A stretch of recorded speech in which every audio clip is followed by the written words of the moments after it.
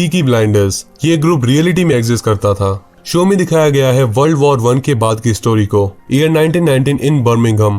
कहानी का main focus है शेल्बी फैमिली पे, जो खुद को पीकी ब्लाइंडर्स बुलाते हैं।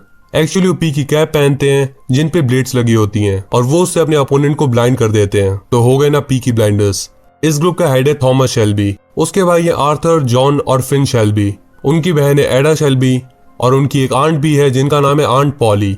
इसके साथ साथ सीजन 1 में फ्रेडी नाम के कैरेक्टर के ऊपर भी बहुत ज्यादा फोकस डाला गया है। कई सारे लोग हैं इस शो में जो कि वर्ल्ड वॉर 1 में शामिल थे। उनमें थॉमस, आर्थर और जॉन भी आते हैं। तो इसीलिए कई लोगों की मेंटल कंडीशन अच्छी नहीं है। पीकी ब्लाइंडर्स बुक मेकर्स का काम करते हैं, यानी कि हॉर्स रेसेस ऑर्गेनाइज करते हैं एंड लोग अपने अपने घोड़ों पे पैसे लगाते हैं।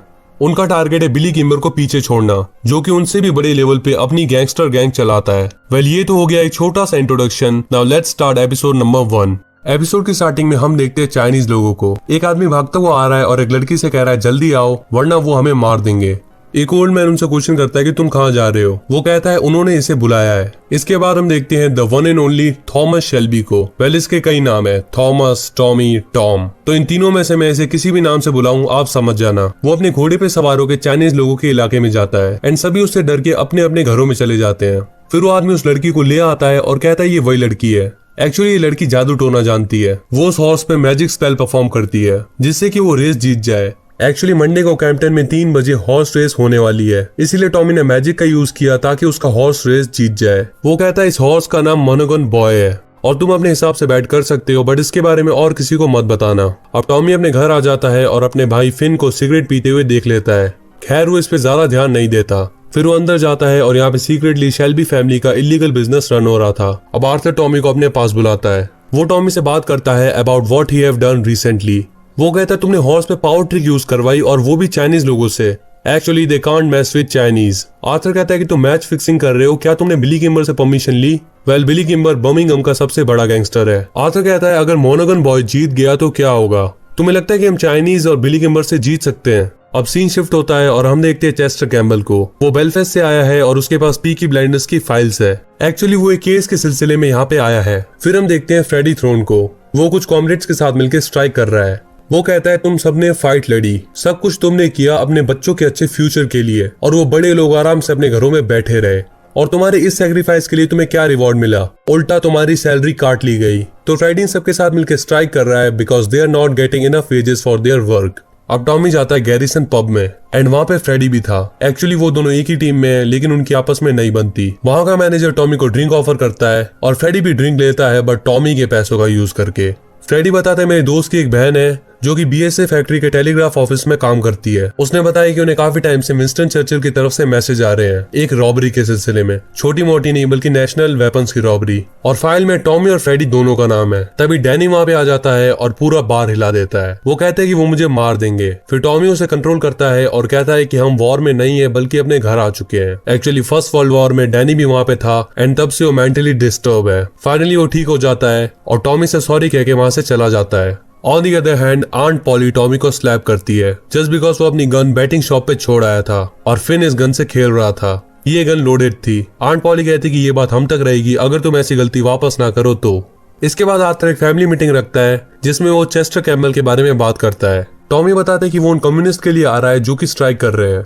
आर्थर पूछता है तुम ये कैसे जानते हो? टॉमी कहता है पुलिस में मेरे आदमी है और ये खबर उन्होंने ही मुझे दी है। आर्थर बोलता है इसके बारे में तुमने मुझे क्यों नहीं बताया? टॉमी कहता है मैं तुम्हें बता ही तो रहा हूँ। पॉली टॉमी से कहती है कि बताने के लिए और कुछ है?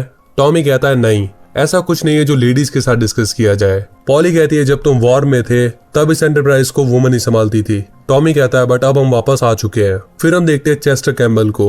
वो बर्मिंघम आ चुका है और देख रहा है यहाँ पे कोई लिमिट्स नहीं है, सभी नशे में धुते हैं, अय्याशियां कर रहे हैं एंड ऑल दिस शिट। फिर आंट पॉली टॉमी को चर्च में बुलाती है और सब कुछ सच बताने को कहती है। टॉमी बताता है मैंने अपने आदमियों को बाइक्स की चोरी के लिए भेजा था। मैंने उन्हें 4 motor bikes with petrol engine चुराने को कहा था लेकिन वो नशे में थे और गलत क्रेट खोल दी। उसमें हमें 25 Lewis machine guns, 10,000 round of ammunition, 50 semi automatic rifles and 200 pistols with shell मिले। पॉली कहती है तुमने वो वेपन्स फेंक तो दिए ना, बट टॉमी ने अभी तक उन्हें नहीं फेंका है। इससे आंट पॉली गुस्सा होकर टॉमी को मारती है। उन्हें लग रहा था कि चेस्टर कैम्बल यहाँ पे उन्हीं वेपन्स के सिलसिले में आया है और टॉमी को जल्द से जल्द वेपन्स बहा देने का ऑर्डर देती है। अब हम देखते हैं एडा को। वो एक ब्रिज के नीचे फ्रेडी से मिलने आई है। एक्चुअली ये दोनों रिलेशनशिप में है। एडा उसे इन्फॉर्म करती है कि टॉमी तुम्हारे अगेंस्ट है। वो चाहता है कि तुम स्ट्राइक्स बंद कर दो क्योंकि एक ऑफिसर बेलफास्ट से इसी सिलसिले में बर्मिंघम आया है। वेल ये बात तो साफ है कि उनकी रिलेशनशिप सीक्रेट है। इसके बाद हम देखते हैं एक लड़की को जो कि गैरिसन पब की तरफ चलती हुई जा रही है। वो बार के मालिक से बोलती है मुझे जॉब चाहिए। वो कहता है क्या तुम पागल हो गई हो, तुम बहुत अच्छी और ब्यूटीफुल हो और ये जगह तुम्हारे लायक नहीं है। वो कहती है मेरे पास एक्सपीरियंस है, इससे पहले मैं डबलिन में जॉब कर चुकी हूँ। अब वो काम करते करते गाना गाती है एंड इससे वो इम्प्रेस हो जाता है और उसे जॉब दे देता है। इसके बाद हम देखते हैं चेस्टर कैम्बल को। वो जब ऑफिस जाता है तो देखता है कि वहाँ पे पुलिस को कोई टेंशन ही नहीं है, सब अपनी मस्ती में लगे पड़े हैं। चेस्टर कैम्बल कहता है कि पूरे शहर में क्राइम बढ़ता जा रहा है, रॉबर्स थीव्स खुलेआम सड़कों पे घूम रहे हैं और तुम लोग हाथ पे हाथ रख के बैठे हो। फिर वो कुछ सोल्जर्स को बुलाता है और कहता है ये अब तुम्हारी रैंक पे काम करेंगे। वो कहता है तुम्हारी जगह कल से ये लोग स्ट्रीट्स पे घूम रहे होंगे। On the other hand Arthur cinema में आया होता है और पुलिस उसे पकड़ के अपने साथ ले जाती है। वो उसकी जम के धुलाई करते हैं। अब चेस्टर कैम्बल वहाँ पे आता है और उससे कहता है कि वो सच बोले। वो उससे रॉबरी के बारे में पूछता है। एक्चुअली उसे लग रहा है कि आर्थर पीकी ब्लाइंडर्स का हेड है, बट इट्स टॉमी।